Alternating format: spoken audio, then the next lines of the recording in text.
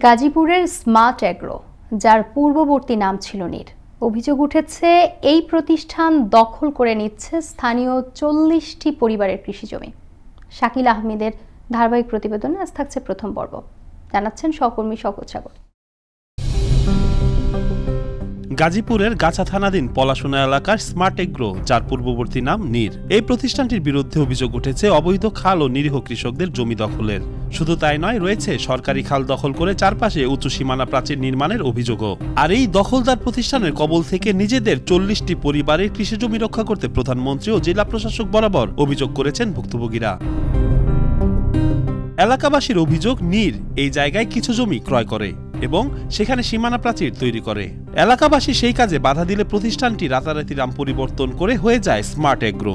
শুধু তাই নয়, প্রতিবাদ করলে তাদেরকে দেওয়া হয় নানা রকম হুমকি ও মিথ্যা মামলা। আগে ছিল নীর কোম্পানি, এখন নাম চেঞ্জ করছে ওনারা। নাম চেঞ্জ করে এটা আছে স্মার্ট এগ্রো, খাদ্য নির্ভরশীল বাংলাদেশ।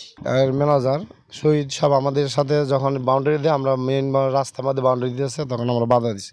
জমি করে আমাদের লোক আছে করে, এখন যে গরু বাছুর নিয়ে আসবে এই জায়গায় হাল চাষ করবে, সেটা করতে পারে না। কৃষিকাজ করে আমরা এই এলাকার মানুষ আমরা চলাফেরা করি, খাই, দুগা ভাত খাই। সেই জায়গার মধ্যে তারা বাউন্ডারি কইরা আজকে এই আমাদের অনেক ক্ষতি কইরা লেছে। এই ধরনের ভয়ভীতি দেখানোর পর তারা অনেকে এখান থেকে চলে গেছে, অনেকে যায়নি যাওয়ার পথে আর কি। তার পাবলিককে দেখাচ্ছে পুরো জমি তাদের, কিন্তু আসলে পুরো জমি তাদের না। প্রায় 30-40টা ঘর আছে, সবাই আমরা বিপদের সম্মুখীন কোম্পানির ভয়ে। শহীদ হলো কোম্পানির মেন মিডিয়ার, মানে জায়গা ওনায় বাউ করে দেয়। এই বিষয়ে জানতে চাইলে প্রতিষ্ঠানটির ম্যানেজার মোহাম্মদ শহীদ মিয়া বলেন, অন্যের জমি নয়, নিজেদের জমি ভরাট করছেন তারা। আমরা আজ পর্যন্ত কারো জমি জোর করে দখল করি নাই, আমরা কারো জমি ভরাট করি নাই, সেখানে আমরা আমাদের জমি ভরাট করি নাই। আমি আর একজনের জমি ভরাট করতে যাবো কেন, তাই না? তবে এই বিষয়ে এলাকাবাসীর পক্ষ নিয়ে প্রধানমন্ত্রীর হস্তক্ষেপ কামনা করেন এই স্থানীয় ওয়ার্ড কাউন্সিলর মোহাম্মদ ইকবাল হোসেন মোল্লা। প্রধানমন্ত্রী জননেত্রী শেখ হাসিনার দৃষ্টি গোচর হইলে যদি সুদৃষ্টি দেন, তাহলে এই নীর কোম্পানি হোক আর স্মার্ট এগ্রো হোক, তারা কখনোই সাহস পাবে না এই গরিব মানুষের জমি দখল করার জন্য।